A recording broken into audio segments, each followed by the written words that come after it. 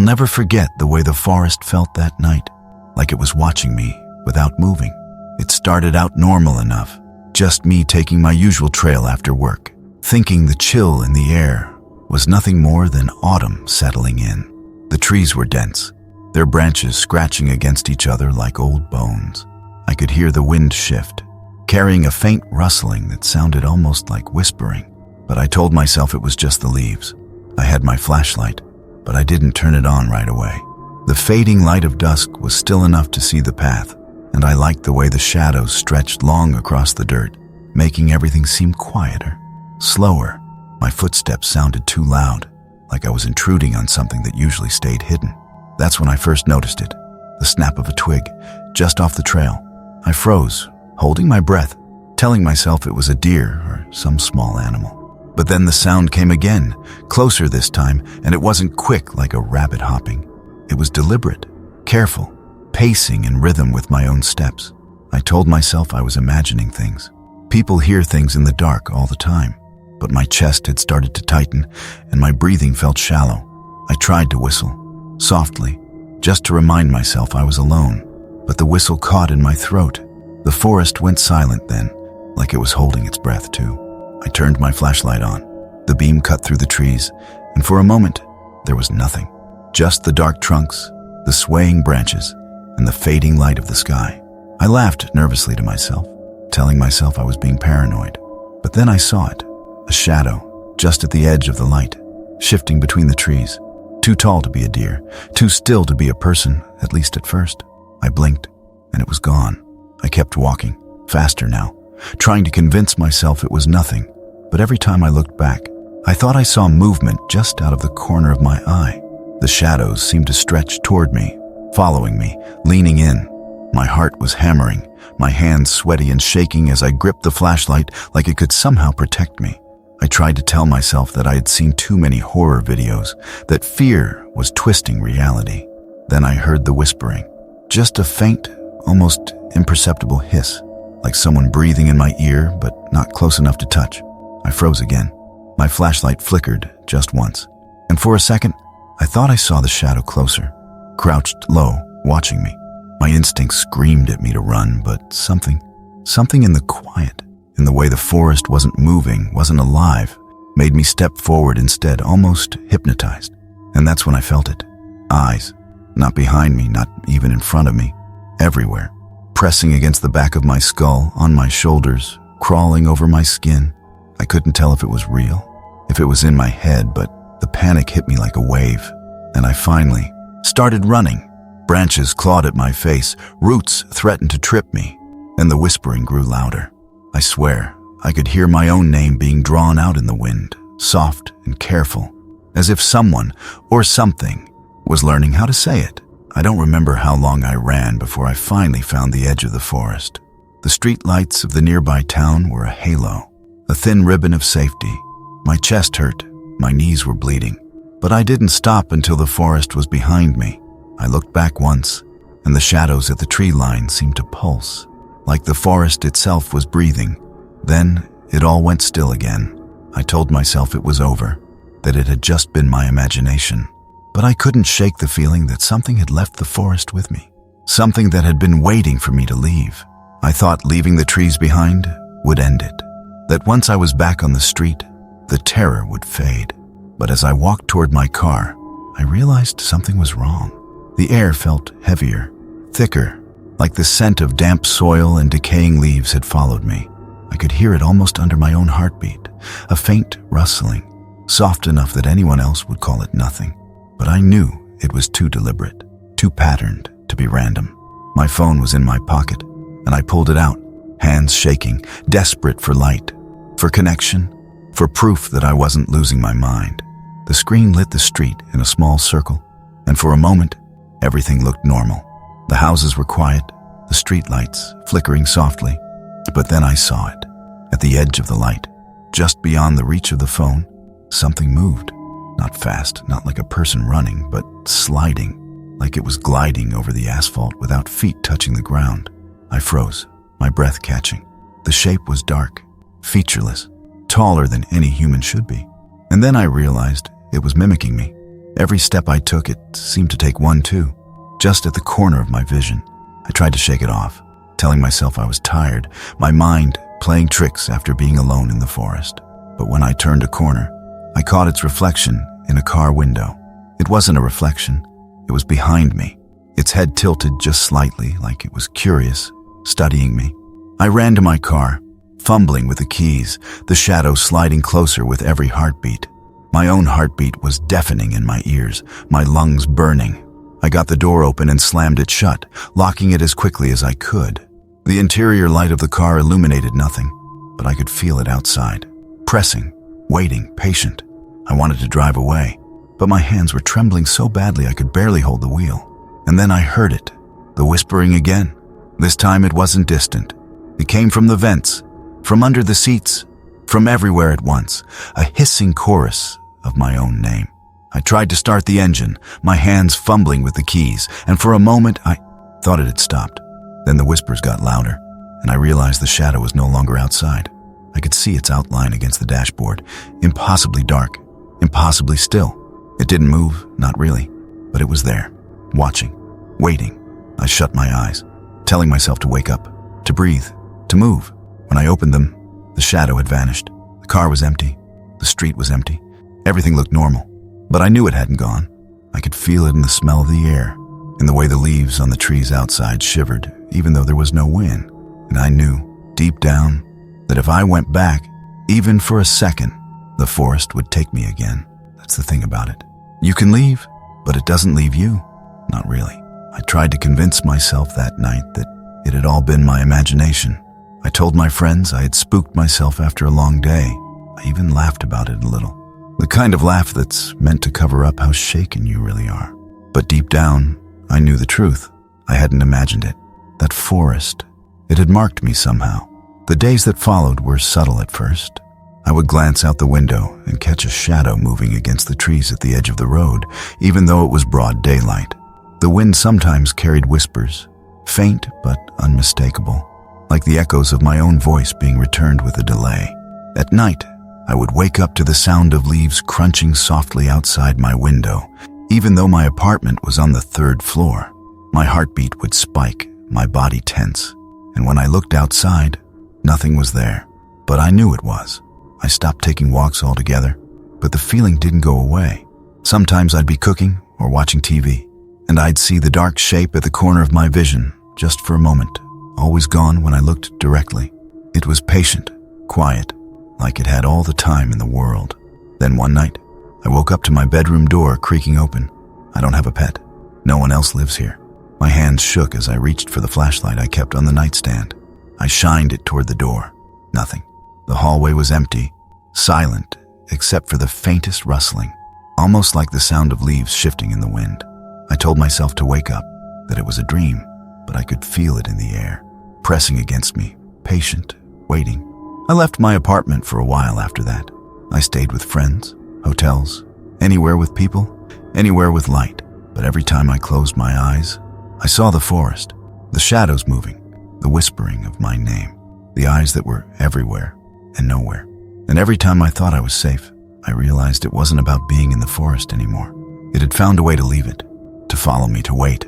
I don't know what it wants. I don't know why it followed me. But I know that if I ever go back, even for a second, I won't come out the same. Maybe I won't come out at all. Sometimes, when I hear the wind brushing past my window, I swear I can hear it laughing. And I don't think I'll ever be alone again. I'll never forget the first time I realized the forest could watch me. I had been hiking alone, late in the afternoon, trying to get a few hours of peace before darkness fell. The trail was narrow, lined with thick pines that blocked most of the fading sunlight. At first, everything seemed normal. The crunch of leaves under my boots, the occasional bird call. But then the quiet settled in, like the forest was holding its breath, waiting. I noticed the sound before I saw it. Footsteps, not mine, but soft, deliberate, almost matching my pace. I stopped and held my breath, straining to hear over my own heartbeat, which had suddenly started hammering in my chest. The steps stopped too, but the silence that followed was worse. It pressed in from all sides, heavy and expectant. I told myself it was an animal, maybe a deer or a fox. But the steps didn't move like an animal. They were too even, too careful. I started walking again, faster this time, my flashlight off at first because I didn't want to admit I was scared. When I finally turned it on, the beam cut through the dim forest, illuminating the path ahead and nothing else. And then I saw it. At first, I thought it was a trick of the light, a shadow between the trees, but it moved, just slightly, a sway, a pause, as if it was watching me. I blinked and it vanished. My heart jumped, my breath catching in my throat. I forced myself to keep moving, trying to tell myself I was imagining things. But every time I looked back, I thought I saw movement in the corner of my eye. The deeper I went, the heavier the air felt. I could smell damp earth and something else. Metallic, faint, but sharp. The trees closed in around me, their branches like skeletal fingers brushing my arms. My flashlight flickered, and for a heartbeat, I thought I saw a face, pale, expressionless, just between the trunks. Then it was gone. I tried to calm myself, taking deep breaths, telling myself I was overreacting. But the footsteps returned, slower now, echoing mine but just behind, always keeping pace. I started to run. The sound of my boots on the soft ground was loud, echoing, and for a moment, I thought the forest had swallowed the echoes of my own steps. I could hear my heartbeat pounding in my ears, and with it, a whisper, soft, almost imperceptible, like someone exhaling my name. I don't know how long I ran before I found a small clearing. The moonlight broke through the canopy, silvering the trees, and for the first time, I thought I was alone. But then I froze. There, at the far edge of the clearing, was the shadow again, taller than any person should be, featureless, perfectly still, and it was watching me.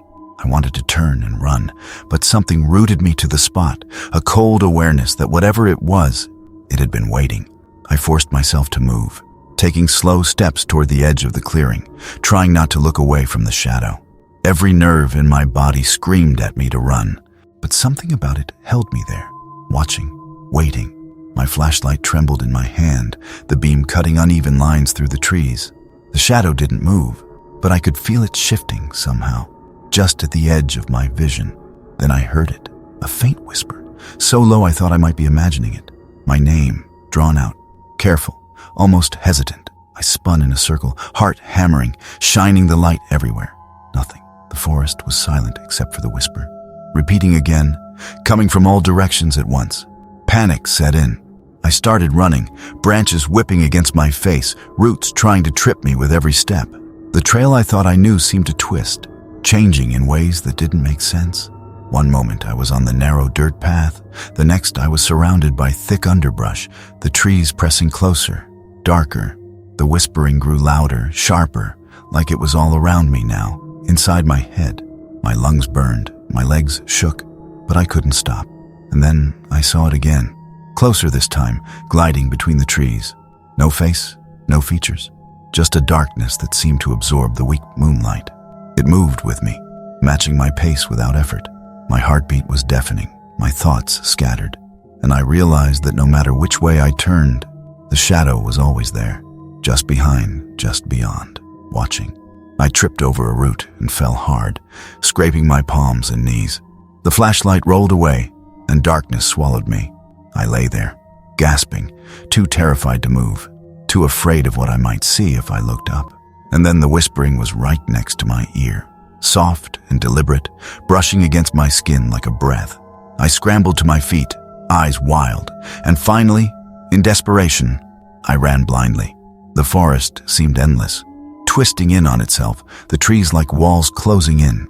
Every sound was amplified, the snapping of a branch, the rustle of leaves, the soft thud of my own heart.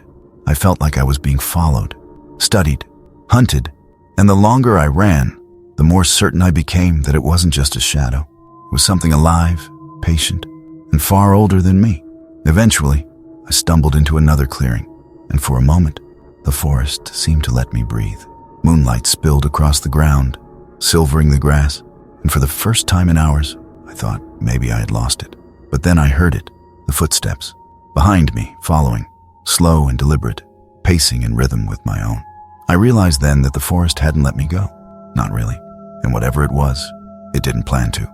I ran until my legs burned, my lungs screamed, and the moonlight blurred into streaks of silver through the trees. Eventually, I found a narrow dirt road, the kind that leads out of the woods, and I thought maybe I was finally safe.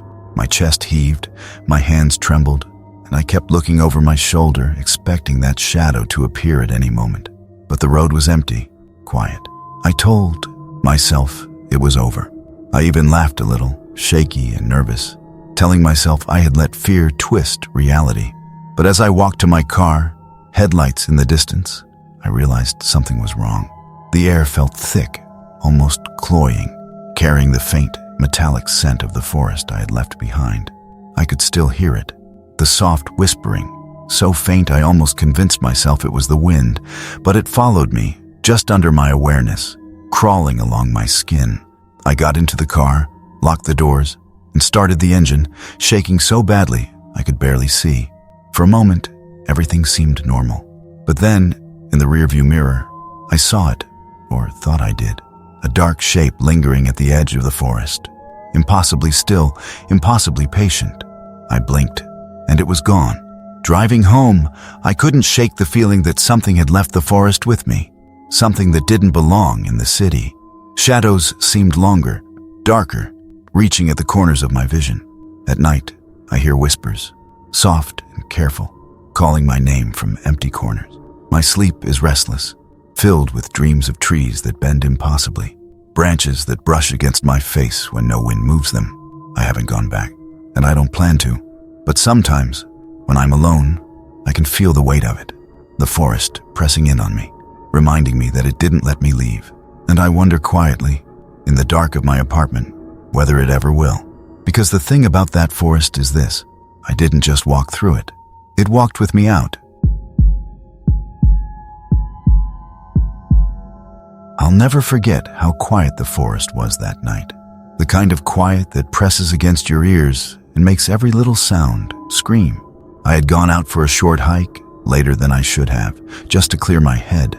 The trail was narrow, winding between tall pines that blocked most of the fading sunlight. At first, it was peaceful, the crunch of leaves under my boots, the occasional caw of a crow.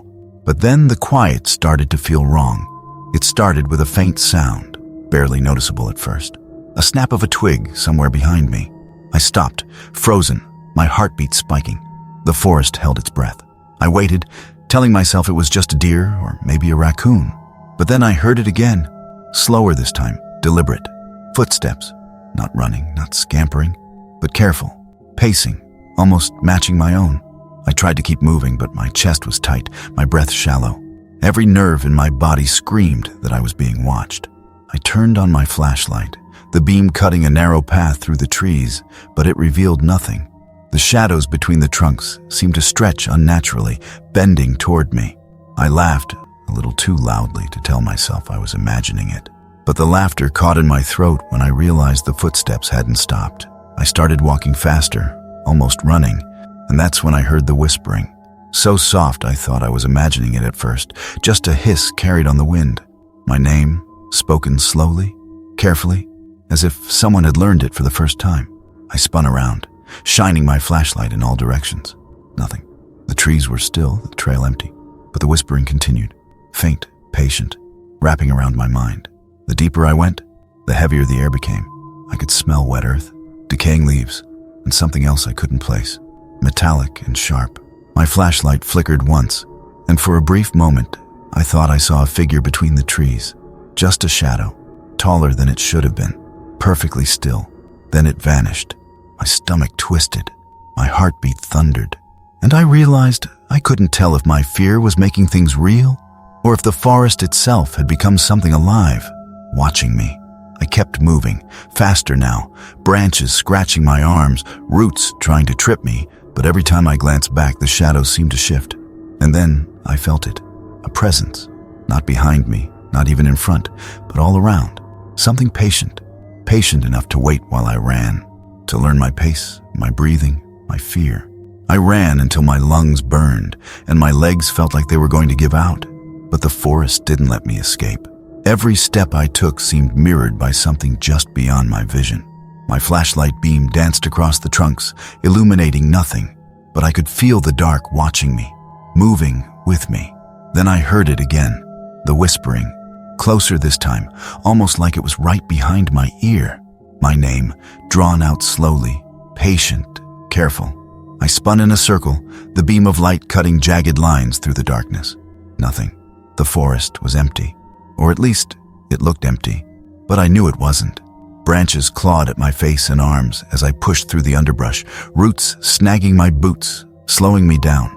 My heart felt like it was going to burst, and every instinct screamed at me to turn back, to find a way out. But the path had twisted in ways I didn't recognize, the trees pressing in from all sides, and I realized with a sinking dread that I might already be lost. And then I saw it, a shadow, tall and impossibly still, just at the edge of the flashlight's reach. I froze, my chest tightening, my breaths shallow and rapid. It didn't move, but I could feel it studying me. The whispering grew louder, circling me now, low and deliberate, brushing against my thoughts like fingers against skin.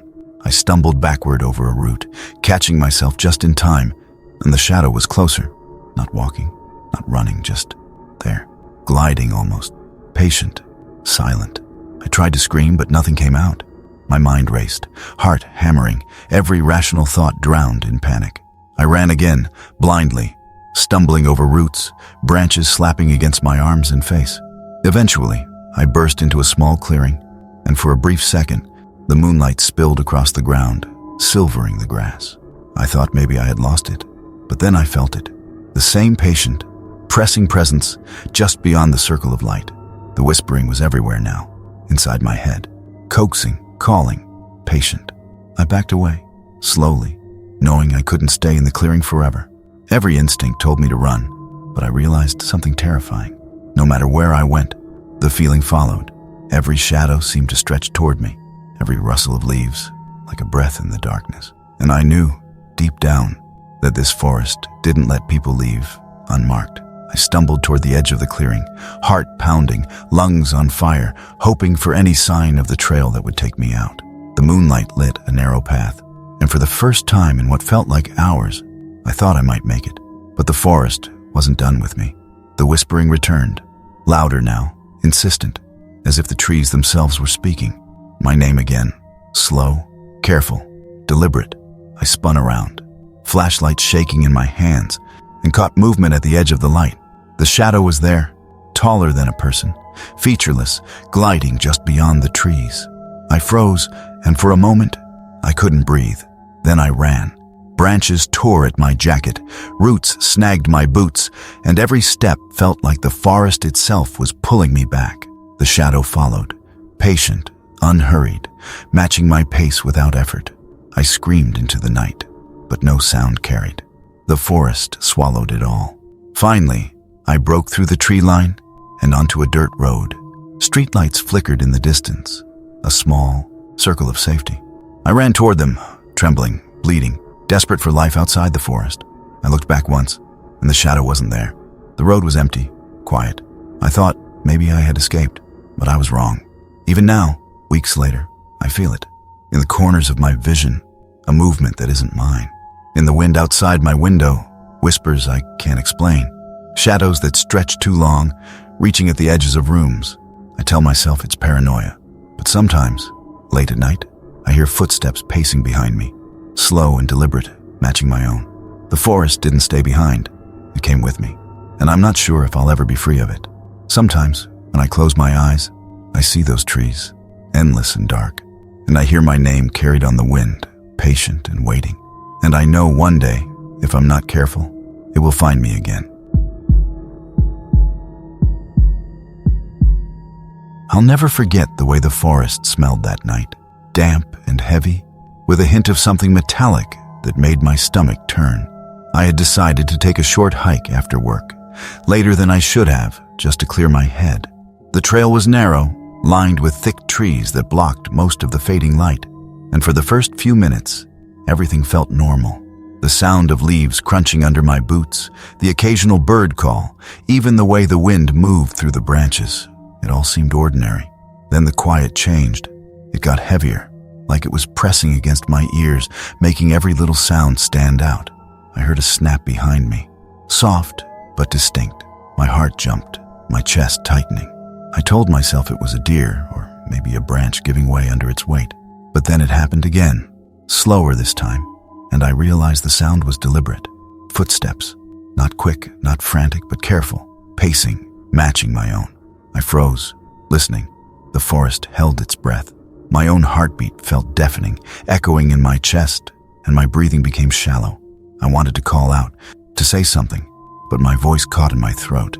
I forced myself to take another step, then another, trying to convince myself it was nothing. That's when I noticed the shadows.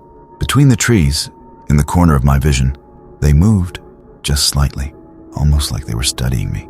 I swung my flashlight toward them, but the beam hit only empty trunks. I laughed, a little too loudly, trying to shake the fear, but the sound seemed wrong. It was swallowed by the trees, leaving the forest quieter than before. Then I heard it, a whisper, faint, almost too soft to catch at first, but unmistakable. My name, drawn out slowly, carefully, almost like someone was testing it, tasting it. I spun around, heart racing, flashlight shaking, but the forest appeared empty. My own name echoed back from the shadows, and I realized the sound didn't belong to anyone I could see. Branches scraped against my arms and face as I moved faster, and every step I took felt like it was being tracked. My chest tightened, my lungs burned, and I felt the first real wave of panic. The forest wasn't just quiet anymore, it was waiting. And I had the sinking feeling that whatever was waiting had been there long before I ever stepped onto the trail. I started running, my boots pounding against the dirt, leaves crunching and snapping underfoot. Every step echoed in my ears, but I wasn't alone. I could feel it, a presence just beyond the reach of my flashlight, patient, following, matching my pace without effort. My heart was hammering, my breath ragged, and I could hear it, or maybe imagine it. The faintest scrape of movement, like something brushing against a tree or a root snapping just behind me. The whispering returned, louder now, circling me. My name again, slow, deliberate, almost coaxing. I spun in a circle, flashlight shaking in my hands, but all I saw were dark trunks, shadows stretching unnaturally in the moonlight. I tried to tell myself it was my imagination, but the forest didn't feel imaginary. It felt alive, aware, watching. Branches tore at my jacket and arms, roots snagged my boots, slowing me down, and still the presence followed, silent and patient. I stumbled into a small clearing, gasping for breath, trying to make sense of where I was. The moonlight fell in a thin silver sheet across the grass, and for a moment, I thought I might have escaped. But then I saw it, at the far edge of the clearing, standing between two thick trees, a shadow taller than a person, perfectly still. No features, just dark and looming. My stomach twisted, my chest tightened, my flashlight flickered once, twice, until the figure seemed to melt into the shadows, leaving only the whispering echoing in my ears. I realized then that the forest wasn't going to let me go. It didn't matter which direction I ran. Every path twisted, every shadow seemed to follow. I could feel it in my chest, in my arms, pressing against me without touching, patient and relentless. I ran blindly, branches clawing at me, roots tripping me, until finally, exhaustion forced me to slow. I leaned against a tree, shaking, trying to catch my breath. The whispering faded, but I could still feel the presence, watching, waiting. I knew I had to keep moving, but every step felt heavier, like the forest was weighing me down. And deep down, I understood something I didn't want to admit. Leaving might not be enough. I forced myself to move again, stumbling toward what I hoped was the trail out. The moonlight lit a narrow path, and for a moment, I thought I might finally escape. My chest heaved, my legs burned, and my hands were scraped and bleeding, but I kept going. The whispering had stopped, or maybe I had just stopped hearing it over the pounding of my heart. When I finally broke through the trees and onto a dirt road, my relief was immediate. Streetlights flickered in the distance, a circle of safety. I ran toward them, desperate to put distance between myself and the forest. I glanced back once. The trees were still, dark, silent. I thought maybe I had made it. But then I noticed the shadows along the edge of the road. They weren't moving, at least not like before, but they didn't belong there. Every time I blinked, they seemed to shift, reaching just beyond my vision. My chest tightened again, and I realized with a sinking feeling that the forest hadn't stayed behind. Weeks have passed, and I haven't gone back, but I still feel it. Shadows at the corner of my eyes, whispers in the wind when I'm alone, footsteps in the night that stop the instant I look. I tell myself it's paranoia, exhaustion, the mind playing tricks. But sometimes, late at night, I swear I can feel it pressing in, patient, watching. The forest didn't let me go. It followed, and I'm not sure it ever will. Sometimes, when I close my eyes, I hear my name carried on the wind, soft and careful. And I remember that night, the way the forest smelled, the way it waited. And I know, deep down, that one day it might find me again. This happened about 6 months ago, and I swear I've tried to rationalize every part of it, but there are moments that still make my skin crawl when I think about them. I wasn't even supposed to be in that forest alone. My cousin and I had planned a quick overnight hike, just something to clear our heads, but he bailed last minute. I went anyway. Stupid, I know, but back then I didn't see it as a big deal. I'd been hiking for years. I thought I knew what forests sounded like, how they breathed, how they felt when night settled in. I learned that I really didn't. The first few hours were normal. The air smelled like wet earth after the morning rain, and the ground was soft enough that my boots left clear prints. Every step felt steady. I could hear the usual forest noises too. Birds, insects, the rustle of small animals darting through the underbrush. Everything familiar, everything safe. It was late afternoon when things started feeling off. Not wrong exactly, just different. I remember noticing that the birds weren't chirping anymore. Not a single one. No buzzing insects either. It was like the world around me had pressed pause without telling me. I slowed down, listening, trying to figure out why it felt like the forest was holding its breath. My heartbeat picked up a bit, not from fear yet, just from the kind of alertness you get when something isn't quite right. I tried to shake it off and kept walking, but the feeling followed me. Every few minutes, I'd stop because I thought I heard something behind me, like leaves being crushed under a slow, deliberate step. But whenever I turned around, there was nothing. Just trees standing too close together, shadows stretching longer than they should. By the time I reached the spot where I planned to camp, the silence had gotten so heavy that I found myself whispering my own thoughts just to break it. I set up my tent fast, hands moving quicker than usual because I kept glancing over my shoulder, expecting to see someone watching. Someone, or something. My breathing felt shallow, like my body was trying to keep quiet on its own. As night fell, the temperature dropped hard. I got inside the tent, zipped it up, and tried to convince myself that I was just overreacting. New place, unfamiliar area, imagination filling in the gaps. That's what I told myself. But the longer I sat there, the more I felt like the forest outside was waiting for me to fall asleep. Then I heard it again, a soft crunch, then another, slow, heavy, not like an animal scurrying, more like someone walking with careful steps, placing their weight down one foot at a time. My heartbeat thudded in my ears. I held my breath, listening so hard my head started to hurt. And right when I tried to remind myself that sound travels strangely in forests, something brushed the fabric of my tent, just a fingertip, a slow drag across the outer layer. I didn't move, I didn't breathe, I didn't even blink.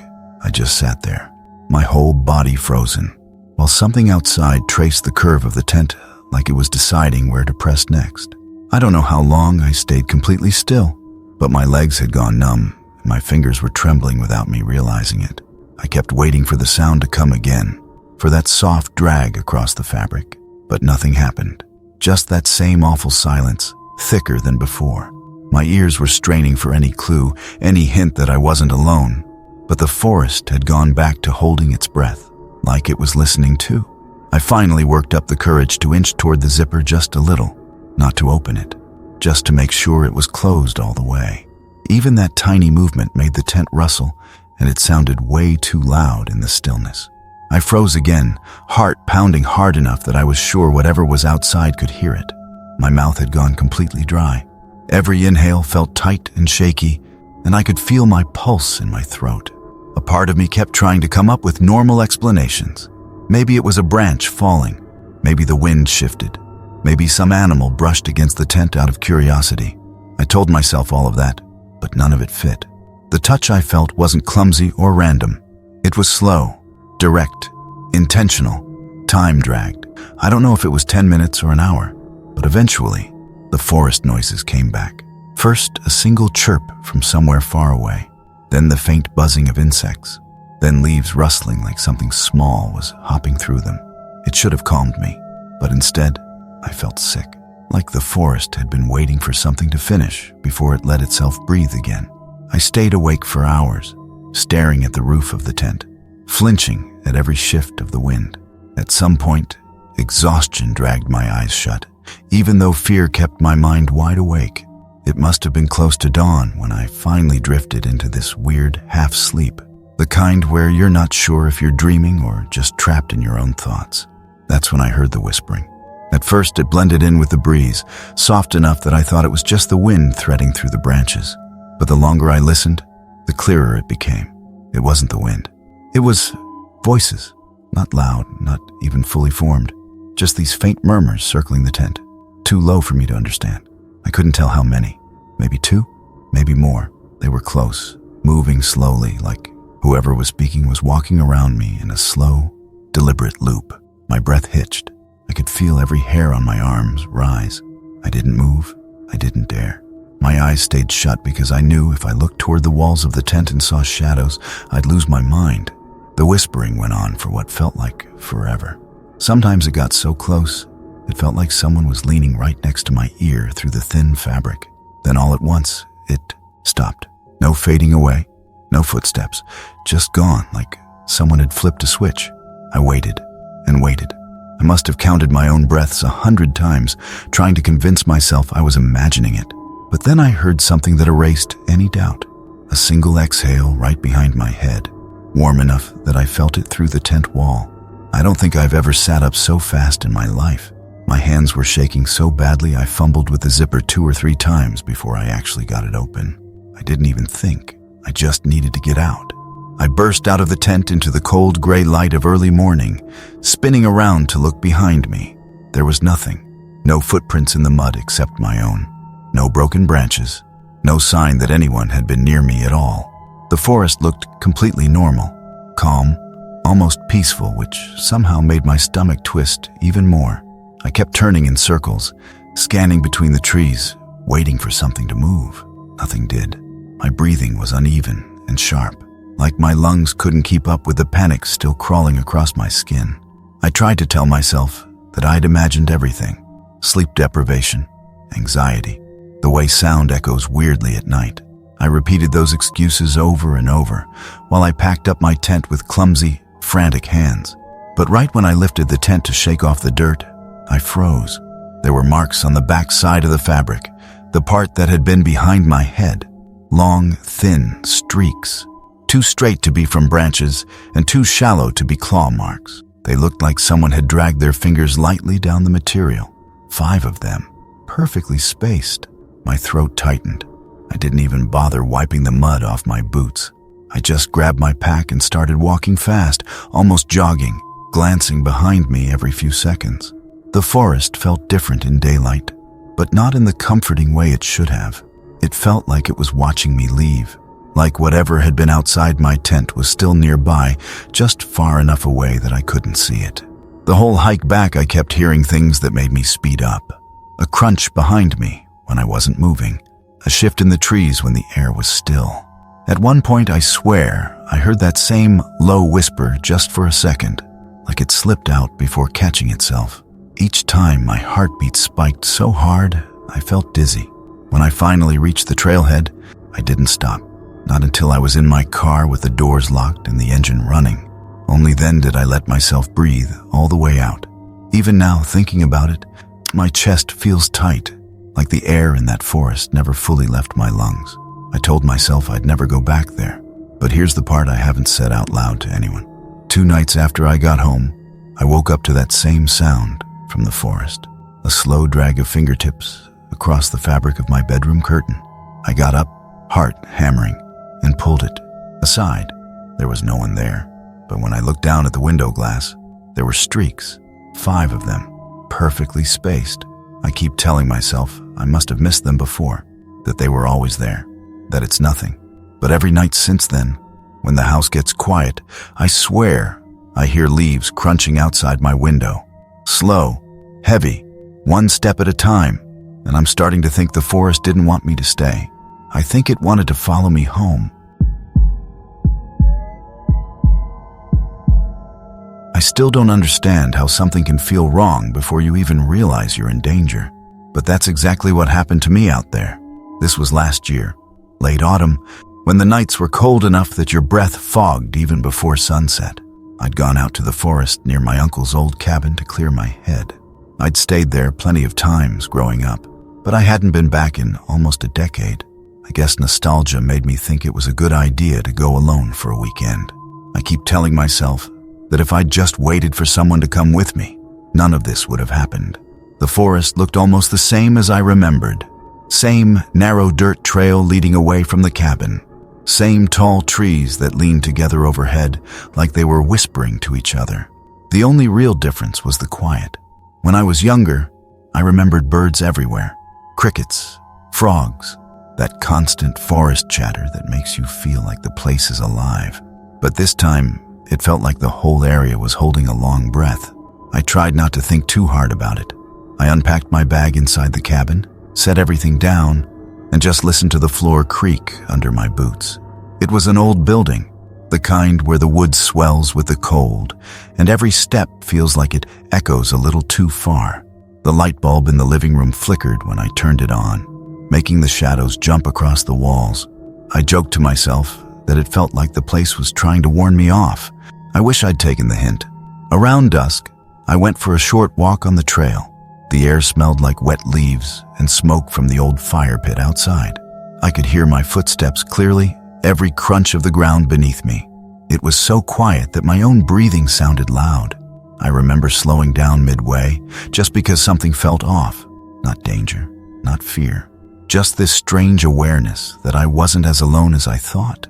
Every time I stopped walking, the silence settled in fast, too fast, like the trees were waiting for my next step. By the time I got back to the cabin, it was almost dark. The inside felt warmer and safer than the woods, at least at first. I heated some canned soup on the stove and listened to the small pops and crackles from the burners. For a while, it felt normal, but later that night, when I was sitting on the couch with just one lamp on, I heard something from the back of the cabin. A soft tapping sound, like someone lightly rapping their knuckles against the wooden wall. It came once, then again, almost in the same spot. I froze and held my breath, waiting for it to happen a third time. When it didn't, I tried to laugh it off, telling myself it was a branch shifting or settling in the wind. But I noticed something while I was trying to calm myself down. There was no wind, not even a breeze. After a few minutes, I worked up the nerve to walk to the back window. I moved slow, each floorboard creaking under my feet, like it might give me away. My heart was beating too fast, that thick kind of rhythm you feel in your ribs. When I reached the window, I cupped my hands around my eyes and looked out. It was too dark to see anything. Just the trees, just blackness between them. I was about to turn away when I heard it again, not tapping this time, breathing, right on the other side of the wall. For a second, I honestly thought it was my own breathing echoing back at me. But the sound was lower, slower, like someone exhaling through their nose. I stepped back from the window without meaning to, my body reacting before my mind caught up. My heartbeat was hammering so hard that my chest felt tight. I remember pressing my hand over it like that would somehow quiet it down. I stood completely still, listening. The breathing stopped, but the silence that followed felt different than before, heavier, like someone was still there, just waiting. I didn't want to look out the window again, so I backed away toward the kitchen, keeping my eyes on the dark glass until I was far enough that I couldn't see my reflection anymore. I kept telling myself I was being paranoid. Animals breathe, deer crunch through leaves. It could have been anything. But the thing is, whatever that sound was, it was too close. It wasn't coming from the tree line. It wasn't drifting on the air. It was right up against the cabin wall, like it was listening to me through the wood. I decided to check the doors, not because I thought it would fix anything, but because I needed something to do that wasn't standing there shaking. My hands were cold and unsteady as I tried the front lock, then the back one. Both were secure. I walked back to the living room, trying to convince myself that meant I was safe. I sat on the couch with a lamp beside me, still flickering softly. I kept glancing toward the hallway, toward the back window, toward the corners of the room that looked too dark. My breathing was shallow, quick, that kind of panicked rhythm you can't slow down even when you tell yourself to relax. Almost half an hour passed before anything else happened. I remember because I kept checking the clock, waiting for the night to feel normal again. Eventually, I was starting to think I'd imagined the whole thing. Maybe I'd just been jumpy. Maybe traveling alone in a place I hadn't been in years was messing with me. That's when I heard footsteps. Outside. Slow and deliberate. The leaves outside the cabin didn't crunch all at once like an animal bounding through them. They pressed down one at a time, steady and heavy, moving from the back of the cabin toward the front. I couldn't see anything through the windows, but I could hear the rhythm of it, getting closer with each step. My mouth went dry. I leaned forward on the couch, barely breathing, trying to pinpoint exactly where the sound was. It stopped right outside the front door. I watched the doorknob. Nothing happened. After a long minute, the footsteps started again, moving along the front wall this time. Slow, like whoever or whatever was out there was tracing the perimeter of the cabin. I followed the sound from one window to the next, my whole body stiff, waiting for a shadow to pass by the glass. But nothing ever did. Just the sound of each step, deliberate and careful. When the footsteps reached the farthest corner of the cabin, they stopped again, this time for longer. I couldn't see anything out there. I couldn't hear breathing anymore. Just silence. I thought maybe it was done. Maybe it had walked away. I got up from the couch cautiously, my legs unsteady, and stepped toward the hallway to check the back window again. I only took 3 steps before I heard something new. A whisper. Not words, just the faintest sound of someone exhaling a quiet hush directly against the cabin wall, like they were leaning close and listening for me on the other side. I froze mid-step. The whisper was so soft I might have thought I imagined it if it hadn't been so close. It sounded like it came from the exact spot I'd been heading toward, like it knew where I was going. I backed up slowly, my hands shaking so badly I had to steady myself against the wall. Every instinct I had was telling me not to get any closer to that window. I stood there in the hallway, listening, waiting. The house felt too small, like the walls were inching inward with every breath I took. I could hear my pulse in my ears. I kept trying to breathe quietly, but every inhale felt too loud, too obvious. I didn't want whatever was outside to hear me. After maybe a minute, the whispering stopped again. I waited for footsteps, for movement, for anything. But the forest outside went completely still. Not even a single leaf seemed to rustle. That silence was somehow worse than the sounds. It made me feel like something was crouched just out of view, holding perfectly still, paying attention in a way animals don't. I forced myself back toward the living room and reached for the lamp, thinking maybe I'd turn off all the lights so nothing inside could be seen from outside. But right as my fingers brushed the switch, the bulb flickered hard and went out. I swear the darkness felt physical when it hit, thick and immediate. I couldn't see anything except the faint outline of the window across the room. My breathing sped up fast, too fast. I backed away, one slow step at a time. And then I finally heard something move. Not footsteps this time, not breathing. It was softer, a gentle scrape along one of the cabin walls, like a fingertip trailing across the wood, slow and steady, tracing. I didn't wait. I grabbed my bag from the floor, stumbling over the furniture in the dark, and made for the door.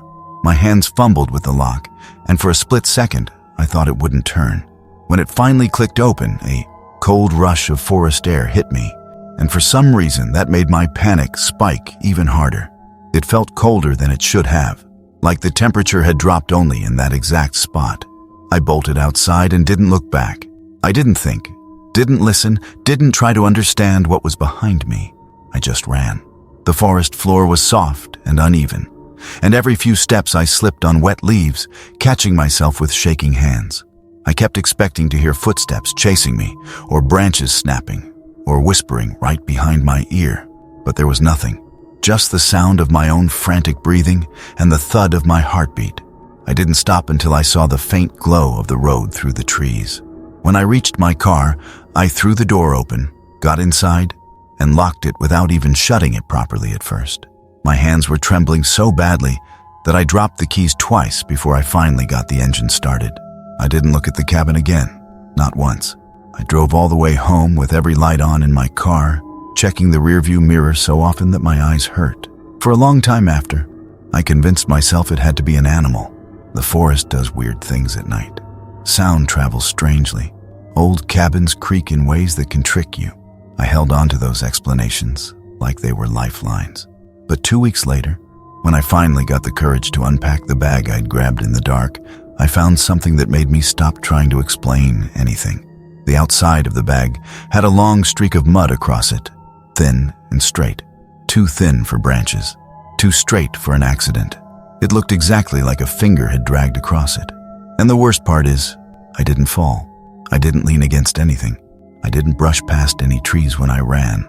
I remember that clearly, which means whatever touched the cabin wall that night touched me too. I haven't gone back to the forest since.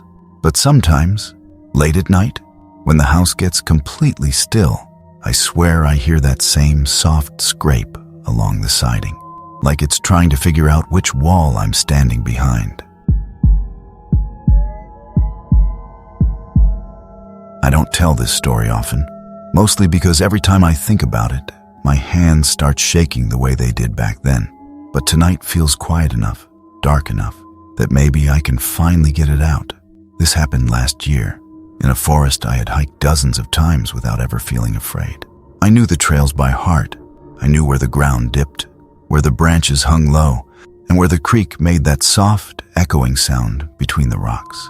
But that night, everything felt unfamiliar, like I had stepped into a place pretending to be the same forest. I remember noticing the silence first. Forests aren't supposed to be silent. Even at night, there should be insects, owls, the distant rustle of small animals. But I heard nothing, just my own footsteps crunching over dead leaves. Even that sounded louder than it should have been, like the trees were leaning in to listen. I kept walking, trying to convince myself it was fine. The air was cold enough that each breath came out shaky, and I kept rubbing my arms, even though I wasn't sure if it was the temperature or nerves. Every now and then, I'd stop and try to hear anything. A breeze, a twig snapping. My heartbeat filled the quiet instead. Steady at first, then getting faster the more I paid attention to it. About 20 minutes in, I realized something strange. No matter how long I walked, I didn't recognize the trail. I should have hit the fork near the big fallen log, but it never came. The trees around me felt taller too, packed closer together, like they were cutting off the sky. My flashlight flickered once, just enough to make me flinch, and for a second I thought I heard something behind me. A soft shift of weight, leaves brushing against something other than the wind. I didn't turn around. I don't know why. Maybe I was afraid that looking would make whatever I sensed become real. So I kept walking, faster now, my breathing uneven. I tried talking out loud to calm myself, but even my voice sounded swallowed by the woods. After a few minutes, I finally forced myself to stop. I listened carefully, holding my breath until my chest hurt. At first, there was nothing. Then, somewhere behind me, I heard footsteps. Slow ones, not heavy, but definitely human. Someone was walking just out of view, keeping their distance, but not hiding it. The rhythm of the steps matched mine from earlier, like they'd been following me for longer than I realized. I felt this cold wave run down my back. My legs felt unsteady, and I actually had to hold onto a tree for balance. For a moment, I thought about calling out, maybe asking if someone was out there, but my throat wouldn't open. It was like my body already knew that whatever was behind me wasn't going to answer in a normal way. The footsteps stopped when I stopped. I stood there for maybe 10 seconds, too scared to breathe. Then I felt it. Not a touch, not a breath, just a presence leaning in. Closer, close enough that the hairs on my neck lifted. That was when I finally turned around. And what I saw made me forget how to breathe altogether. I turned so fast, I almost slipped on the leaves, but the beam of my flashlight caught nothing. Just trees. Rows and rows of trees stretching into darkness. But something was off. I didn't notice it immediately. Not until I lifted the light a little higher. Every tree directly behind me looked scraped. Long, deep marks carved into the bark. Not claw marks, not knife marks. More like something had been dragged across them, something heavy, leaving the same jagged lines on each trunk. The pattern continued deeper into the forest, like a path made by something that didn't care which trees it touched, only that it kept moving forward, and those marks hadn't been there earlier. I was sure of it. My breathing turned uneven again, fast and shallow. I lowered the flashlight, forcing myself to swallow, and that was when I heard it. A slow exhale, not loud, just enough to reach me, like someone standing inches away had sighed gently into my ear. I spun around, but again, nothing. Just the trail, or whatever trail this was now. I didn't know anymore. My pulse was thudding so loudly, I could feel it in my fingertips. I started walking again, not caring where the path led. I just needed distance. My footsteps were frantic, crunching through leaves in quick bursts. For a moment, I thought maybe I'd imagined everything. Maybe the silence and the dark had gotten into my head. Then the footsteps came back, but this time, they didn't match mine. They followed a beat behind, steady and deliberate. Whoever or whatever was there wasn't tired, wasn't panicked, wasn't rushing. It was following me like it knew I couldn't run far. I focused on my breathing, but it kept breaking. I felt lightheaded, like my chest wasn't expanding fully. The air tasted colder too, sharp against my tongue, the way it does right before a storm. I kept glancing over my shoulder, even though I knew the light wouldn't show me anything. Eventually, the ground dipped, and I stumbled into a small clearing. At least it looked like a clearing. It was circular, too perfect to be natural. The leaves here weren't scattered randomly the way they should have been. They were arranged in spirals, thin spirals, moving outward like someone had traced them with careful, shaking hands. I didn't step on them. I don't know why. Some instinct told me that disturbing that pattern would be a mistake. I skirted the edge, trying not to make noise, but the forest didn't care about that. Somewhere to my left, a branch snapped, not a small one. Something heavy had stepped on it. I froze, toes gripping my shoes, every muscle locked. I aimed my flashlight in that direction and caught a flicker of movement behind a tree. Just a shadow pulling out of sight. Tall, too tall. And the sound that came after was wrong. It wasn't footsteps. It was like something dragging its feet, slow and uneven, brushing across the ground. I backed away, step by careful step, feeling the air tighten around me. My throat felt dry, like I'd swallowed dust. My mind started racing with thoughts I couldn't control. Was I being hunted? Was this some kind of trick of the dark? Had I wandered into a part of the forest no one talked about because no one came back from it? I didn't know. I still don't. But the moment that scared me the most happened right as I turned to leave the clearing. Something whispered my name. It wasn't loud. It wasn't angry. It sounded almost curious, but it was my name. Clear, right behind me. And when I whipped around again, gripping my flashlight so hard it hurt, I saw someone standing between the trees. Someone who looked a lot like me. For a split second, I thought I was looking at a reflection, even though there was nothing behind me to reflect off of. The figure stood completely still between the trees, just past the edge of the clearing. Same height, same build, same jacket. Even the same way I tend to hunch my shoulders when I'm cold. But the face, I couldn't see it clearly. My flashlight flickered again, throwing shadows across their features, like the forest didn't want me to see what was wrong. I don't know how long I stared. My heartbeat was pounding so hard it felt like it was shaking my whole body. I remember blinking fast, trying to clear my eyes, trying to make sense of what I was seeing.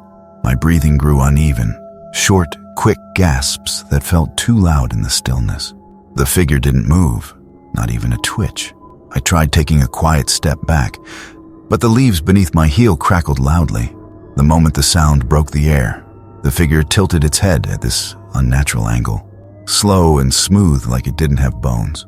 I felt every muscle in my body tighten at once. My vision blurred for a second from pure panic. Then it started walking toward me. Not fast, not slow, just steady, predictable, like it already knew I couldn't outrun it. Its footsteps didn't sound like mine. They were soft but wrong somehow, like it was stepping on the ground without really touching it. I raised my flashlight higher, forcing myself to aim it directly at its face. But the light sputtered and dimmed the closer it got, as if the beam was being swallowed before reaching it. My thoughts were racing too quickly to follow. Run, hide, don't move, scream. I couldn't decide. I couldn't even breathe right. My chest felt tight, like cold hands were pressing against it. I stepped back again, and my foot slipped on the edge of the spiral pattern on the ground. The moment I touched it, the forest seemed to react. The air shifted. The leaves rustled in a circle around me, even though there was no wind. And for the first time since this all started, the figure hesitated, only for a moment. But it was enough for me to turn and run. I didn't look back. I didn't want to see how close it was. Branches whipped against my arms. Roots grabbed at my ankles. My breath was ragged and uneven. All I heard was my heartbeat and the sound of something moving through the forest behind me. Faster now, matching every panicked step I took with a heavier, dragging rhythm. Somehow, I found the real trail. I don't remember how. One second, I was weaving through trees that didn't look familiar, and the next I was standing in a place I recognized, a place I had walked 100 times in daylight. I nearly collapsed from relief, but the forest wasn't quiet anymore. I heard footsteps behind me, slow ones again, close. I didn't turn around. I just ran. I ran until I broke out of the tree line and into the parking area. I ran until I reached my car and fumbled the keys so badly I dropped them twice. I didn't look back when I finally started the engine. Even now, I can't tell you exactly what I saw or what followed me. I don't go near that forest anymore. But sometimes, late at night, when everything is quiet and still, I swear I hear my own footsteps in my hallway, matching mine, a beat behind, just like before. And a few nights ago, when I passed by my window, I saw a shape reflected in the glass. My height, my stance, wearing my jacket. But I was inside the house, and the reflection was standing in the trees. I can still hear the sound that started everything. Even now, a low, shaky breathing that didn't belong to me. It comes back to me whenever the night gets too quiet, reminding me of the thing I heard deep in the forest last autumn. I wasn't planning to be out there after dark. I had taken a longer route than usual without checking the time, and by the time I realized the sun was gone, the trees were already swallowing whatever light was left. I knew the forest well enough, though, or at least I thought I did. At first, everything seemed normal, a little colder, a little darker, but normal. My footsteps crunched softly over damp leaves, and the smell of moss and wet bark clung to the air. I wasn't scared, just annoyed with myself for staying out too long. But after a few minutes, something felt off. I didn't notice it immediately. It crept up on me little by little, the way a room feels warmer without you realizing the heater turned on. The forest around me had become too still. No insects, no breeze, no shifting branches. Even the distant hum of traffic, which I could usually hear faintly through the trees, had vanished. The silence made my ears ring. I kept walking, telling myself I was almost at the little wooden bridge that marked the halfway point. But the path looked different. The trees seemed taller, their trunks packed in tighter than I remembered. My breathing grew louder in the quiet, and the sound of it made me uneasy, like I was listening to someone else breathe inside my own head. Then I heard the twig snap, not under my foot, behind me. I stopped. My heart thudded in my chest, slow at first, then quicker when the silence returned and it stretched too long. My flashlight flickered, and when it steadied again, I had the sudden feeling that something had moved just outside the light's edge. I forced myself to turn around, but there was nothing, just darkness layered between the trees. I told myself to get a grip. It was probably an animal, a deer, a fox. But as I took a step forward, I heard it again, breathing, quiet, shaky, and way too close. It matched the rhythm of mine for a moment, then slipped out of sync, like someone was trying to imitate the way I was breathing and couldn't quite get it right. I froze so hard my legs actually trembled. My own breath caught in my throat, and the other breathing continued without me. I knew then it wasn't an echo. I remember whispering a shaky hello, even though my voice felt like it didn't want to leave my mouth. The sound barely carried in the air. No response, no movement. But the breathing grew a bit louder, like the thing making it was leaning in, listening to me. My skin crawled. The back of my neck prickled with the kind of cold that feels like someone touching you with wet fingers. I took a few slow steps backward, aiming my flashlight into the trees, and that was when I noticed something I should have seen earlier. There were footprints on the path, not mine. They were facing me, and they hadn't been there a minute ago. My first instinct was to deny what I was seeing, I kept telling myself the prints must have been there before, that I'd just missed them. But I knew that wasn't true. The edges were too sharp, too fresh. The ground around them was untouched except for a faint drag mark, like whoever left them had been pulling one foot slightly behind the other. I crouched a little, shining my flashlight directly on them. My hands were shaking so badly the beam quivered across the dirt. The prints were the same size as mine, same shape, same tread pattern. For a second, I actually lifted my own boot to check, and that was when I heard another noise behind me. A soft creak, almost like someone shifting their weight on old floorboards. Except we were in the middle of the forest. There were no floorboards out there, just earth, roots, leaves. My heartbeat jumped into my throat. I straightened slowly, barely breathing, and the flashlight trembled in my grip. The trees around me suddenly felt too close, like they were leaning inward, closing the space. I whispered hello again, even though my voice cracked hard on the word. The silence that followed felt thick, heavy. My ears strained for any hint of movement. Then I heard it. Footsteps, but not steady ones. They were uneven, dragging slightly, matching the strange trail behind the footprints. They came from my right, then my left, like whatever was out there couldn't decide where to stand. The sound didn't match any animal I'd ever heard. It was too human, slow, careful, and too deliberate to be random. My breathing sped up, thin and shaky. Every exhale felt like it was catching on something sharp in my chest. I kept trying to convince myself to move, but my legs wouldn't listen. The footsteps stopped. Then faintly from somewhere just ahead of me, I heard a whisper. Not words, just the sound of someone whispering, like air being pushed through teeth. Soft, slow, almost thoughtful. I felt it more than heard it, brushing against my ear, even though nothing was near me. I backed up until my heel hit a root sticking out of the dirt. My whole body stiffened. My flashlight flickered again, dimming so low I could barely see the path anymore. Something shifted in the dark, not a shape I could describe, more like the outline of something tall stepping just out of the beam's reach. I raised the light higher, forcing the beam toward it, but the darkness swallowed it before it could land. It was like my flashlight didn't work on that part of the forest. My throat went dry. My pulse hammered against my ribs so hard it almost hurt. I felt this overwhelming instinct to run, even though every horror story I'd ever heard told me not to. Then the whispering stopped, and the breathing started again. Closer, too close. I didn't think. I just ran. Branches slapped against my face. Roots caught my ankles.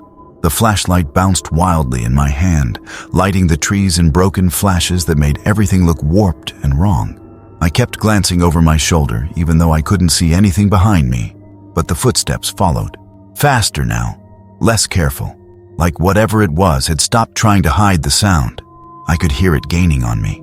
That dragging step, that uneven rhythm, and the breathing grew louder, ragged and wet, like it wasn't just inhaling but tasting the air I left behind. I don't know how long I ran, but eventually the trees opened slightly and I stumbled into a narrow clearing. I was gasping so hard I couldn't think straight. My legs shook. My hands were numb from gripping the flashlight too tight. The moment I stepped into the open space, the footsteps stopped. The breathing stopped. Everything stopped. I held my breath and turned slowly, shining the flashlight around the clearing, expecting it to jump out at me. But what I saw was worse. On the ground, pressed into the dirt in a perfect circle around me, were footprints. Mine. Dozens of them, all facing inward. For a moment, I couldn't understand what I was looking at. My mind refused to process it. The circle of footprints was so precise, so deliberate, that it almost looked arranged. Each print matched the size and tread of my boots exactly. Same pattern, same angle, but I hadn't walked in a circle. I hadn't stepped anywhere near most of those spots. It was like someone had been walking around me while I ran, like something had been tracing my steps faster than I could make them. My breathing turned shallow again, fast enough that my vision blurred around the edges. The flashlight felt slippery in my hand, from sweat, and I kept wiping my palms on my jeans, even though it didn't help. I forced myself to look up instead of down. That was when I saw movement between the trees. Not a figure, not a face, just a shape pulling back behind a trunk. Then another shape darting to the left. Too fast to be human, too smooth to be any animal I knew. They didn't make sound, not footsteps, not breathing, just motion. Silent, unnatural motion, slipping between the trees like they were part of the shadows. I backed up until my heel brushed one of the footprints behind me. Immediately, the forest reacted. A cold ripple of air slid across my neck, and the whispering started again. Still no words, just that faint, deliberate rush of breath, circling me from different directions. My heartbeat thudded in my throat. I turned the flashlight wildly, trying to follow the motion, but every time the beam landed somewhere, the shape moved somewhere else, and each time it moved, the whispering shifted, as if several voices were brushing against my ears at once. I had the sudden, overwhelming feeling that I wasn't supposed to be there, that something had been waiting for me to step into that clearing, waiting for me to stop running. I forced myself to take one shaky step backward, then another. The whispering grew louder, closer. The air thickened like the whole forest was breathing around me. When I took the third step, something grabbed my sleeve, just a pinch. Gentle, like fingertips brushing fabric, but it was enough. I jerked so hard I nearly fell, tearing myself free. I bolted through the trees again, my legs burning, lungs screaming. Every branch I pushed past felt like it was trying to pull me back. The forest seemed endless, spinning in directions I didn't recognize. Then, just when I was sure I wouldn't find my way out, I saw a faint glow through the trees. A streetlight, the road, something familiar. I kept running toward it without looking back, even though I could hear movement behind me. Light, quick movement, like something pacing me on both sides. When I finally burst out of the trees, the noise stopped, the whispering, the footsteps, the shapes, all of it. I didn't turn around, not once. I sprinted all the way to my car, locked myself inside, and didn't look at the forest again until I was halfway down the road. I didn't tell anyone. I didn't sleep for 2 nights, and I haven't gone back to that trail since. But here's the part that keeps me up even now. The other day, while putting my boots back on the rack, I noticed something stuck in the tread of the left one, a small piece of damp dirt, darker than any soil near my house. And when I brushed it off with my finger, I realized it wasn't dirt at all. It was a perfect imprint of a footprint. My footprint, pressed on top of the one already on my boot, as if something had stepped exactly where I had stepped, again and again and again. I don't know why I'm finally talking about this. Maybe because it still keeps me awake some nights, and I'm hoping that saying it out loud will make it feel less real. But it happened, and I haven't gone near a forest since. It started on a trip I took last spring. I'd rented a small cabin near the edge of a national forest, the kind of place people book when they want to feel disconnected and peaceful. I wasn't planning anything dramatic, just a quiet weekend, some hiking, maybe a little reading. Nothing strange. The first 2 days were normal. The forest was thick and green, buzzing with insects during the day and full of soft night sounds after sunset. But on the third evening, something changed. I didn't notice it until I stepped outside to get some firewood. The air felt heavier, colder, like the temperature had dropped faster than it should have. And the forest, just beyond the backyard, was darker than it had been the night before. Not nighttime dark, or like the shadows were layered. Too dense, as if something was blocking the moonlight. I tried to ignore it, but as I bent to pick up a log, I heard something subtle. Leaves shifting. Not a lot. Just enough to make my head snap toward the tree line. I didn't see anything, but I remember squinting into the dark, waiting for my eyes to adjust, my breathing getting slower and shallower without me meaning to. It felt like someone was standing between the trees, watching. Eventually, I convinced myself it was just nerves, grabbed the wood and went back inside. For a while, the crackling of the fire helped. It filled the silence, made everything feel normal again. But when the flames died down and the cabin got quiet, I noticed something else. Creaking, soft, measured, like footsteps on the wooden porch. At first, I thought it was an animal, maybe a raccoon. So I got up and peeked out the window. Nothing, just darkness and the faint outline of the trees. I pressed my ear against the glass and held my breath. That was when I heard breathing. Slow, deep, too steady to be an animal. It sounded like someone was standing right outside the door, exhaling through their nose. I stepped back so fast, I nearly tripped over the coffee table. My heartbeat jumped into my throat, and I felt it pounding all the way to my fingertips. I waited, barely breathing. The sound continued for another few seconds. Then it stopped. I didn't sleep much after that. Every time I closed my eyes, I imagined someone leaning against the cabin wall, listening for movement inside. The next morning, I walked out onto the porch, even though my chest felt tight with dread. I checked the ground for footprints or anything out of place. That was when I saw the path, a narrow trail of disturbed leaves leading from the tree line straight to my cabin steps. The prints weren't clear enough to tell what made them, only that someone or something had walked right up to my door. And what scared me most wasn't the path coming toward the cabin. It was the second trail, the one leading back into the forest. That one had fewer steps, spaced farther apart, like whoever left them had left in a hurry, or been chased. And I swear, standing at the edge of the porch looking into the trees, I could feel someone watching me again. The same sensation as the night before. A pressure between my shoulder blades. A presence. I should have packed up and left right then. But I didn't. I made the biggest mistake of the whole weekend. I followed the path. I remember wiping my palms on my jeans as I kept walking, even though the air had turned cold enough that my breath came out in pale clouds. Every few steps, I felt this strange pressure behind me, like someone was matching my pace, but staying just out of view. The forest wasn't loud, but it wasn't quiet either. Small sounds kept flicking at my nerves. A twig snapping somewhere off to the left, a soft crunch of leaves behind me that stopped whenever I did. The kind of sounds that make your ears strain and your imagination start filling in the gaps. My heartbeat was getting faster, thudding in this steady, uncomfortable drum against my ribs. You know that feeling when your body knows something is wrong before your brain does, that creeping tightness in your chest. That was settling in hard. At one point, I turned on my phone flashlight again and shined it straight behind me.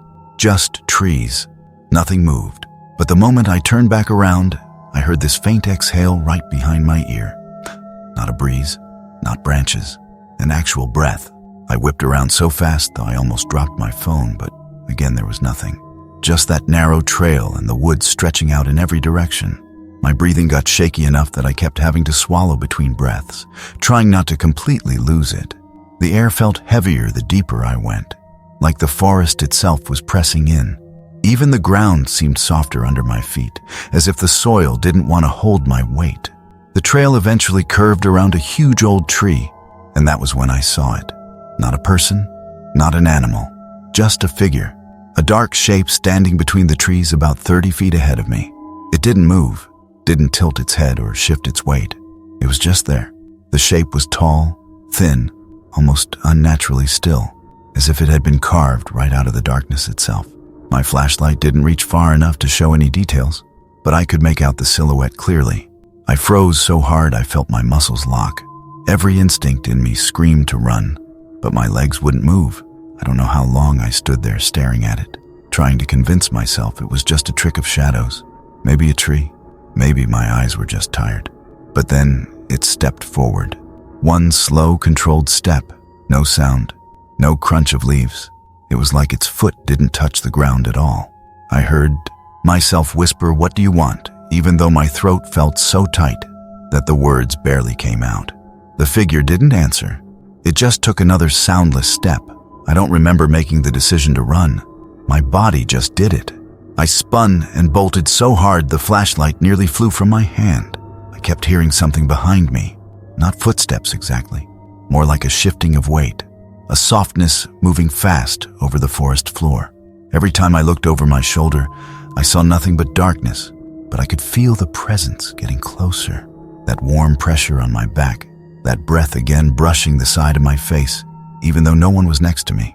I don't know how long I ran before the trees finally thinned, and the faint outline of the trailhead appeared through the dark. My lungs burned. My legs felt like they were giving out.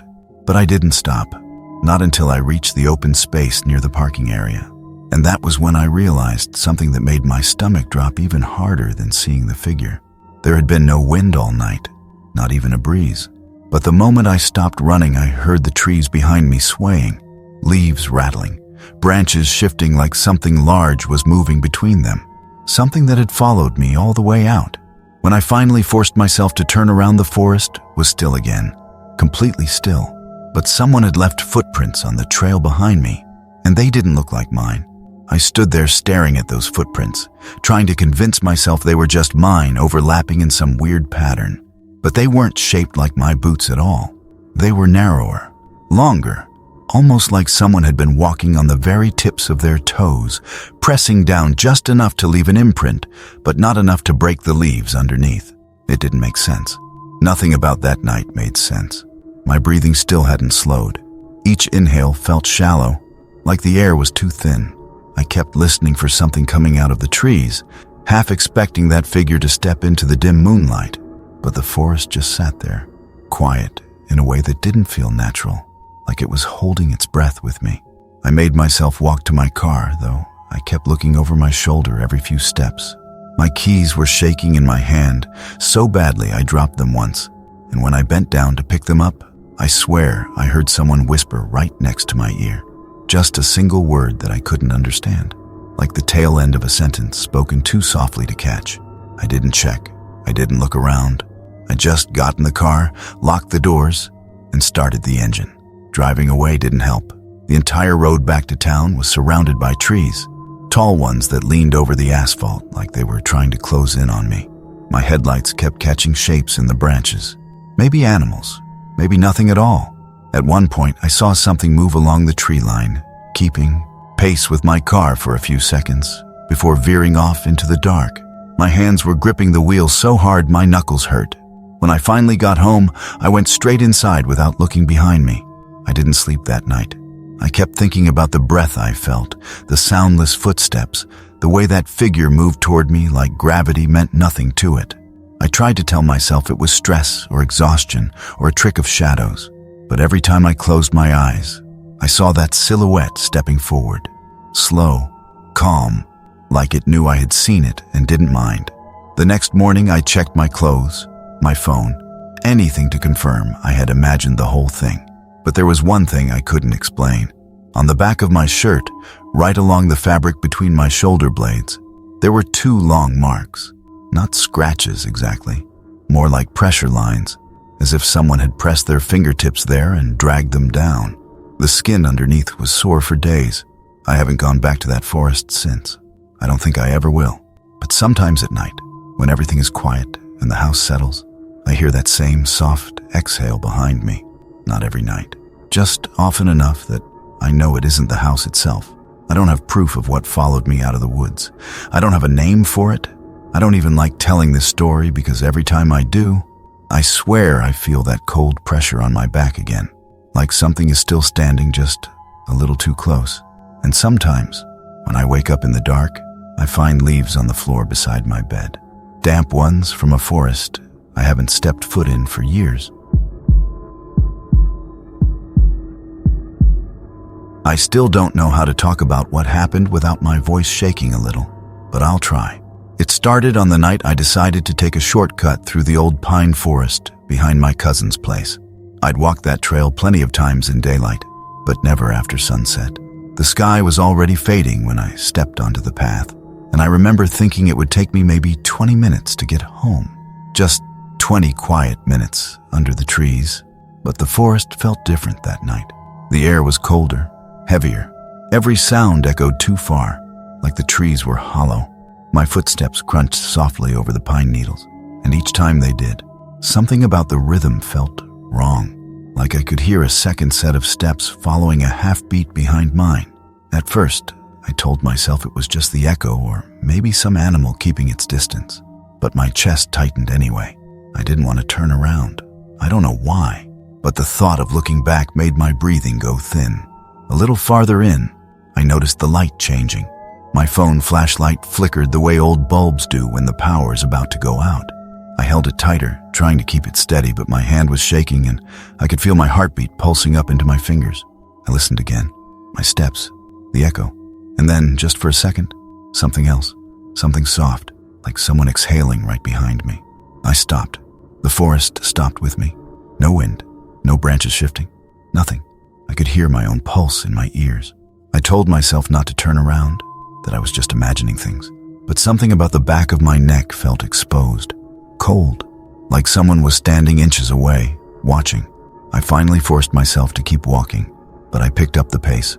My footsteps got louder and faster, and so did the ones behind me. That was the moment I knew it wasn't an echo. It wasn't an animal either. Whatever it was, it matched me exactly. When I slowed, it slowed. When I sped up, it kept perfect pace, always just far enough back that I couldn't see it in my peripheral vision. Then the flashlight cut out completely. For a second, I just froze in the dark. My breath came in these short, shallow bursts, and my chest felt tight, like someone was pressing down on it. I held my arms out a little, trying to feel the path, and that's when I heard it again. Not footsteps this time, a whisper. So close it brushed against my left ear, too quiet to understand, but the sound of it made every hair on my arms lift. I don't know how long I stood there, maybe a few seconds, maybe longer. But when I finally forced myself to move, I swear I could hear someone's breathing just a few inches from the back of my head. Slow, steady, not mine. And then something touched my shoulder. Not a grab, not a shove, just the lightest tap, like someone was checking to see if I was real. I didn't scream. I couldn't. My throat just locked up and my whole body went cold, like the air had been sucked out of the forest. The touch on my shoulder was gone as soon as it happened, but the feeling of it stayed. My skin crawled. My legs felt weak, almost numb, but I forced myself to take a single step forward, then another and another. Each one felt like walking through water, heavy and slow, while behind me, the breathing followed. It wasn't loud, it wasn't aggressive, it was almost calm, steady, like whoever or whatever was there wasn't tired at all. Meanwhile, my own breaths were getting short and shaky and loud enough that I tried to quiet them with my hand. I didn't want whoever was behind me to hear how scared I was. Not that it mattered. I'm sure they already knew. At some point, I realized the trail had changed. I kept looking down, waiting for the familiar line of packed dirt, but all I saw was uneven ground and roots. My phone was still dead. No matter how many times I tapped the screen or tried to restart it, I lifted my head and squinted into the darkness, hoping to recognize at least one tree or bend in the path. But everything looked wrong, like the forest had rearranged itself while I wasn't paying attention. I told myself to stay calm, think, breathe slowly. But every time I paused, the breathing behind me paused too, like it was listening, studying my reactions, waiting. I tried something stupid then. I pretended to tie my shoe just to see if anything would move behind me. I crouched down, my fingers trembling as they touched my laces, and I held still. No footsteps, no whisper. But the breathing got closer. Not fast, just one soft inhale, one slow exhale, as if leaning down with me. That broke something in me. I stood up so fast, I almost tripped, and I ran. I didn't care anymore whether I was on the trail or not. Branches slapped my arms and tore at my clothes. The ground dipped and twisted beneath me, and my heartbeat thudded hard in my chest, sending the sharp pains up into my ribs. I could hear heavy footsteps now, crashing through the underbrush, keeping up no matter how fast I pushed myself. I felt like my lungs were burning. My legs were shaking with every step, and I wasn't even sure where I was going. But then I saw something that made me slow down. At first, I thought it was a person standing between the trees in front of me, tall, still, almost blending into the darkness. But as I got closer, I realized it wasn't a person, or at least I don't think it was. The shape was wrong. Too long in some places, too narrow in others, like someone drawn by memory instead of reality. I stopped moving, not because I wanted to, but because my body just refused to take another step.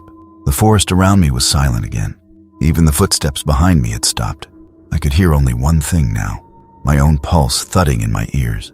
And under it, so faint it almost sounded like wind, a voice whispering my name from somewhere in the trees.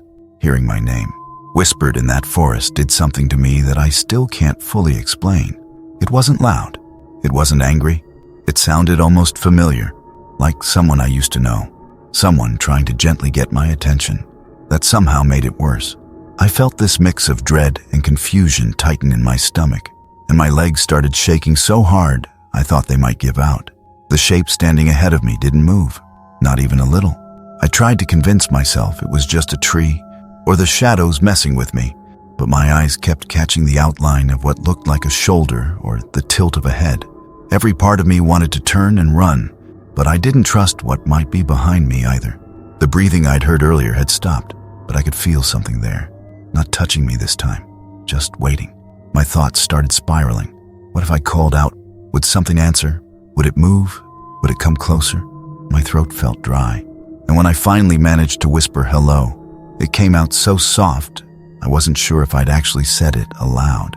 The shape ahead of me shifted. Not much, just enough that I could see it clearly wasn't a tree. Its upper half seemed to stretch upward slightly, like someone standing up straighter after slouching. My heart hammered so fast, I pressed a hand to my chest, not sure if I was trying to quiet it or hold it in place. I stepped back, just one step. Behind me, a twig snapped. Sharp, close. My breath caught. I didn't turn around. I couldn't. My eyes stayed locked on that stretched shape in front of me, but my body was frozen in the middle of both possibilities. Whatever was behind me and whatever was ahead. Slowly, like it was testing me, the shape lifted what I think was its arm. Its movement made this soft cracking sound, like old wood being bent. That noise echoed through the trees in a way that made my skin crawl. I took another step back and felt my heel catch on a root. I almost fell, but right as I was about to hit the ground, something grabbed my forearm. A hand, a real hand, warm, human. I spun around, expecting to see someone I knew, or at least a person, but there was nothing, just empty space. The hand was gone the instant I turned, but the warmth on my arm remained, like a faint imprint of fingers. I didn't think after that. I just ran. I picked a direction and pushed through branches and brush until the trees started thinning, and I saw the glow of a distant porch light. I didn't stop running, not even when my legs felt like they were tearing apart. By the time I burst out of the tree line onto an old gravel access road, I was shaking so violently I could barely stay upright. I made it home somehow. I don't remember the walk. I don't remember opening the door. The next thing I recall is sitting on the floor of my room with the lights on, my back against the wall, trying to convince myself I'd imagined everything. Maybe it was panic. Maybe I got lost. Maybe the forest plays tricks at night. That was days ago. I'm safe now. At least I think I am. But here's the part I still can't explain. 2 nights after it happened, I noticed something on my forearm, right where the hand had grabbed me. At first it looked like faint bruising, just a slightly darker patch of skin, but when I stood under the bathroom light, I could see the shape clearly. 5 fingerprint marks, perfectly spaced, too long to be human. And sometimes at night, when the house is quiet and everyone else is asleep, I swear I can hear breathing outside my window. Slow, steady, waiting. I don't know why it still bothers me so much, but every time I think about that night in the forest, my hands start trembling a little. It wasn't supposed to be a big deal. I was just helping a friend look for his dog, a dumb mutt that liked to wander too far whenever someone left the gate open. We'd searched the neighborhood already and figured the forest trail behind the houses was the last place left to check. It was almost dark by then, the sky fading into this muddy blue, but I told myself we'd only be out there for a few minutes. The moment we stepped under the canopy, the air changed. The forest looked normal enough, but the deeper we walked, the quieter that everything became. No crickets, no leaves rustling, not even the distant hum of traffic. It was the kind of silence that made you feel like something was watching, even before anything actually happened. My footsteps sounded too loud on the path. Every crunch of dirt and dried leaves echoed, bouncing between the trees like there were more people walking with us, even though there weren't. I tried to ignore it at first, pushing ahead with my flashlight flickering over the ground. But after a while, I started hearing a second rhythm. Not my steps, not my friends, just faint shuffling behind us, stopping every time I stopped. I turned around a few times, shining my light into the trees. Nothing, just tall trunks fading into darkness. But every time I faced forward again, I felt this pressure on the back of my neck, like someone's eyes were right there, inches away. My heartbeat kept getting louder, thumping hard against my ribs. I remember trying to breathe quietly, but the air felt strange in my lungs, heavy and cold, almost like I was inhaling fog. My friend kept calling the dog's name, yelling it into the tree line, but even his voice felt muted, swallowed up by the forest. We passed a fallen log I was sure I'd never seen before, even though I'd grown up near that trail. Its bark was stripped clean and smooth, like something had scraped it with long, sharp strokes. I didn't want to think about that. I just kept walking. faster than before, trying not to look at the shadows pooling between the trees. That's when I heard it. A whisper, not words, just the sound of someone exhaling right behind my left ear. I flinched so hard I nearly dropped my flashlight. My friend didn't hear it. He asked if I was okay, but before I could answer, we both froze at the exact same moment. Up ahead, maybe 20 feet in front of us, the trees shifted. Not from wind. There was no wind. It was like something moved behind them, something tall enough to block what little moonlight there was. We couldn't see it clearly, but we could hear it. Slow footsteps, deliberate, one at a time, coming closer.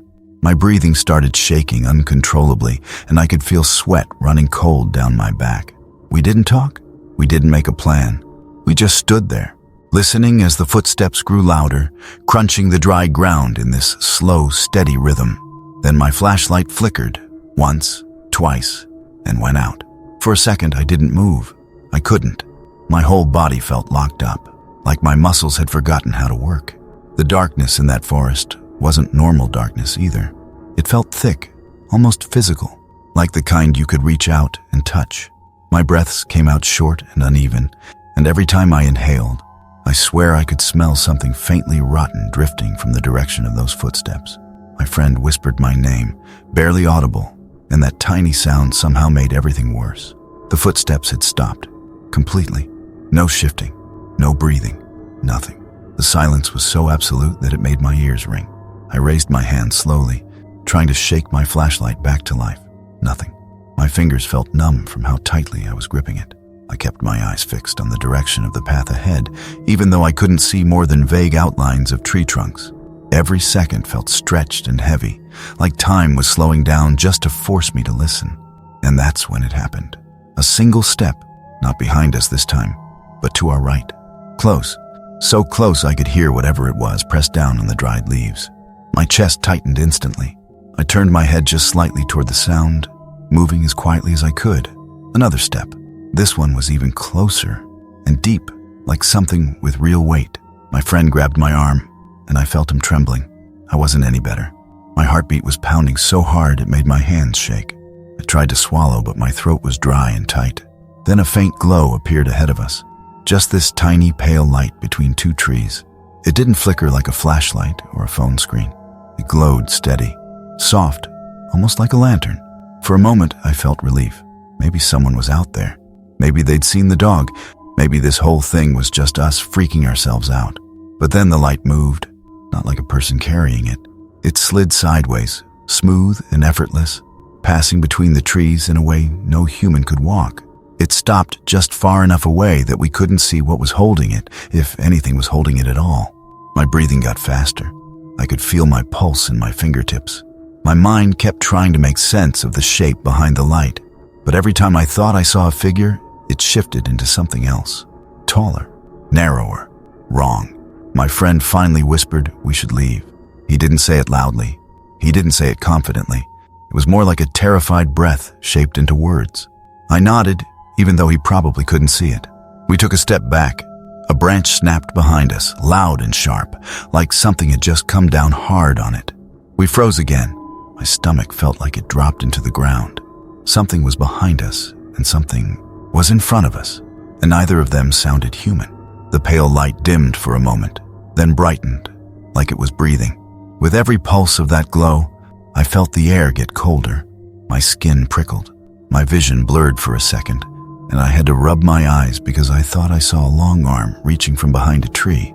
My friend whispered my name again, this time with a strain in his voice that made me realize what he was seeing must have been worse than whatever I was focusing on. He tugged my sleeve, desperate. We backed up slowly, one step, another, trying not to make a sound, but then the pale light began to slide toward us. Not fast, just steady, unavoidable. And right when it reached the middle of the path, my dead flashlight turned on by itself.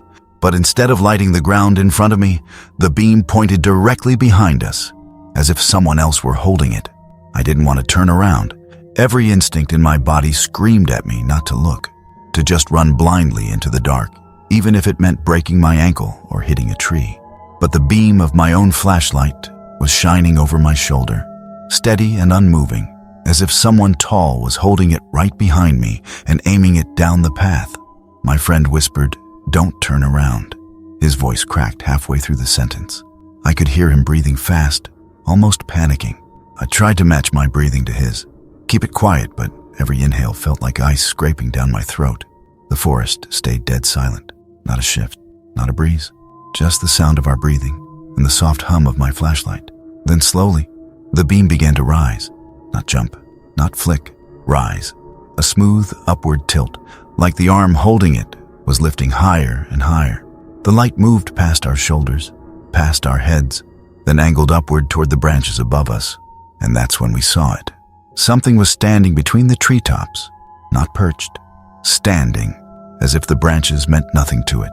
A silhouette with two long limbs and a neck that stretched unnaturally, almost lazily, like it was adjusting itself to get a better look at us. The light barely hit it, but even that faint outline was enough to make my stomach twist. I heard my friend whimper beside me, just a tiny sound, but it seemed to echo all around us, bouncing through the trees like the forest was repeating it. The pale glow ahead of us dimmed suddenly, flickered, then went out completely. We were left with nothing but the upward flashlight beam and the shape above us tilting its head, slow and curious. And then the flashlight switched off. Total darkness swallowed everything. I felt my friend grab my wrist so hard it almost hurt. His hand was shaking violently. I couldn't see anything but black. Couldn't hear anything except our breath and my heartbeat hammering in my skull. Then a new sound came. Footsteps, but not from the path. Above us, soft thud on a branch. Then another, and another. Something climbing down, slowly, like it wasn't in a hurry at all. I whispered, "Run," without thinking, barely more than a breath, but my friend didn't wait. He pulled me hard and we sprinted into the darkness. Branches tore at our faces and arms. I tripped twice, nearly fell, but his grip kept me upright. Behind us, the footsteps on the branches picked up speed, still impossibly soft, like whatever was chasing us didn't need to touch the ground. I didn't dare look back. The air felt wrong behind us, heavier, like something was pushing through it with long strides. I swear I could hear faint breathing right at my ear again, matching my pace even though nothing was close enough to touch me. At some point, the forest thinned. The trees opened. We stumbled out into a backyard I didn't recognize. A porch light was on. A dog barked somewhere inside the house. And just like that, the forest behind us went still. Completely still. We didn't stop running until we hit the street. We never found my friend's dog. We didn't talk about what happened that night for a long time. When we finally did, he admitted something I've never been able to shake. He said that when we were running, when everything was pitch black and he was dragging me forward, he felt a second hand grab his other arm. I was holding only one of his hands, and neither of us stopped running long enough for anyone else to catch us. I keep telling myself nothing followed us out of the forest that night, that there was nothing in the trees, nothing on the branches, nothing breathing behind my ear. But sometimes, late at night, when I'm trying to fall asleep, I hear footsteps on my roof, soft, measured, coming slowly closer to my window.